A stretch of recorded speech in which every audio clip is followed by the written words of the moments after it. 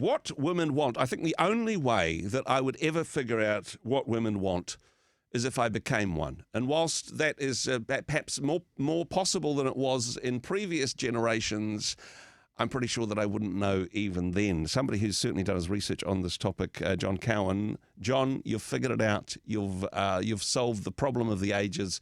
You now know what women want. Tell us. We've talked about sage. romance and relationships before, and my opinion is that romantic relationships are like a helicopter, and that I don't know how helicopters work either. So, but look, when you say research, this popped up on my news feed of interesting things, and it was data on what women look for in a mate. Okay. And it's the same survey they've been doing each decade since the 1930s. So it's interesting to see these factors and see how the ratings have changed. So it's changed over the years. Because once upon a time, what women wanted was Mel Gibson. I'm not sure that's true anymore for a number of reasons. But didn't he star in a movie with that? That's right, What Women Want. I don't know what that movie was. I never watched it. It was quite good, actually. He woke up one day and he could hear what women were thinking. Oh, that's right. And it's not a happy place, John. It's not something you'd want to wish for. It was a fun movie, though. Fun movie, to be fair. Right. Before he fell from grace. Yes. Yeah, he seems to be persona non grata in a lot of context now, isn't he? Not because of that movie, but because of some other things, which we won't get into. But according to this research, what do women currently want? Because I suspect it changes over time. That's right. I mean, this information doesn't. It's not so vital to me. I'm not on the hunt for a mate. I'm very happily married. But I thought it might be useful just to think, so that's what women appreciate. Maybe I can tweak those areas. Naomi might appreciate me even more. Mm-hmm. But interesting, this list of 18 factors that women seem to list. Right down the bottom of the list is similar political background. So regardless of whether you're left or right, that's not going to be a deal breaker unless you're completely lacking in all the other 17 things. So it's quite good. I know I saw that in my own home growing up. Mum was National, Dad was Labour, and each 3 years they'd go off and cancel each other's vote out. But apart from that, they were very compatible. Gives them something to talk about in between times, I suppose, doesn't it? Yeah. It's interesting to see which factors were more important in years gone by. I mean, you've got the graph in front of you. You can see that some of those lines are sloping down. In my parents' time, things like social status and refinement and neatness and similar religious background were much more important. They mattered back then, but they matter a lot less. They have slipped down the rankings.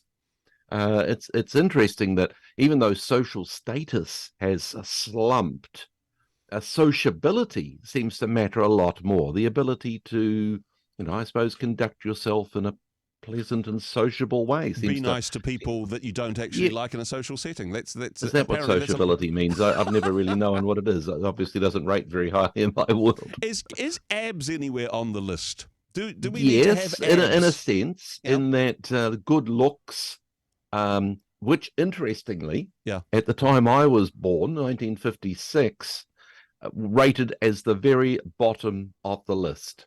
Good looks didn't matter. Guess what's happened to the world? It's a disaster. When you say bottom of the list, does it mean you've got a nice bum? And that's what they're looking for now. Well, perhaps women are just more honest at admitting what they're attracted to now in the surveys, because it has risen up the ranks over the last 5 decades to become number 12 out of the 18 in the middle rankings. So, it does matter. Which is a bit chilling. It still does make women less shallow than men, generally, though, doesn't it? Which is no surprise to anyone. And look, I must confess, there's a sort of a cynical view that, people have. I sometimes used to say, if I had $1 for every time women found me unattractive, they'd eventually find me attractive. Sort of expressing that cynical view that women are just drawn to wealth.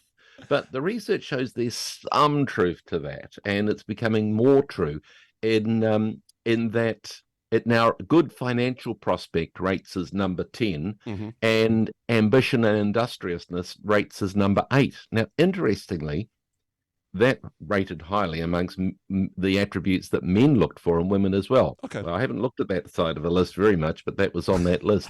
So, so it's on the list. You know, the idea of being a good provider, it still rates there. Yeah. Yeah. But to the huge credit of womankind, at least the ones who took the surveys, money, looks, and good social standing are not the factors that rate as being the most important. Is this a little bit when they look for a mate? Is this a little bit self-selecting? Because I imagine there's a type of woman, and look, I'm not wanting to make sexist generalizations. Well, not too many. There's a type of woman who does these types of surveys, particularly the ones that are in women's magazines. It gets a little bit self-selecting. It's not necessarily capturing all women, or is this a proper scientific survey, not just something I from went back Cosmo to the magazine? source. It was done by people called Boxer, Noonan, and Wellen, and they surveyed. Look, admittedly, they were university women. Okay, so these are what, you know, undergraduate women would look for in a mate. So perhaps smarter than the average. How representative that is, I don't know. And also, these were American women, maybe New Zealand women. Yeah, have got lower standards, yay, or Yay. different standards anyway. Yeah. Okay, but look, let's get to the top 5. The top 5. You Top could 5, use yep. your DJ voice to sort of introduce. Number 5 is intelligence. Intelligence. Yes, isn't that? Well, that's good, and that's been climbing. It matters more to women over the decades. That's risen through the ranking.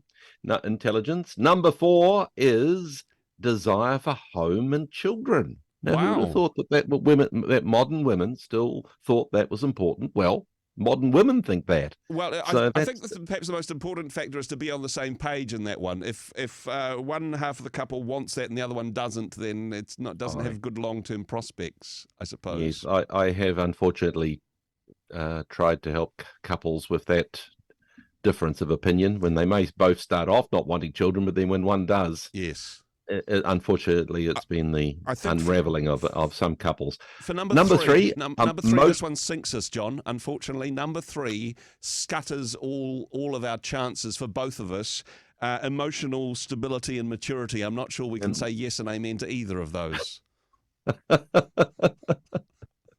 Perhaps Naomi had hopes that I would have developed in that area, that I was a work in progress. I don't know. Still a work in progress. What sort of report card should give me on that number? Number 2 is dependable character. It doesn't say, fortunately, good character. It just says dependable. Yeah. That you're going to be no worse tomorrow than you are today. I think that is... I don't know if that means that. I think it just means that they can rely on you. I've often thought that trust is even more important in a long-term relationship than romance. Yes. Nice to have both, but trust is the big thing. And number 1, for survey after survey, at least since the 1970s, mutual attraction and love. And that's nice. That's nice. I mean, it's the trump card. If we love them and they love us, they can turn a blind eye to a lot of our other failings. Which is very good in the first, 18 months of the relationship, and then you got to perhaps dig down into some of the other ones after the rose tinted. I think to have a good solid suite of all these things would be jolly good to have. But no, it's the idea that you love them and they love you back. That's more important than a lot of things. Yeah, no, some very good wisdom and advice. I'm not sure that I would pass if this was a test. I think it might be. Yeah, I'm not sure how well I would do in that, but hey, very happy to say that there's certainly plenty of love and affection left in my marriage to keep me going for the rest of well done. And just remember, this is just, if you don't rate highly on those rankings, it just means that maybe you don't appeal to American college students. In fact, there's I don't think you need a survey. There's some relief in that. Yeah, I don't think we need a survey to determine that one. John, hey, appreciate your wisdom and insights as always. Thanks so much for joining us. My pleasure.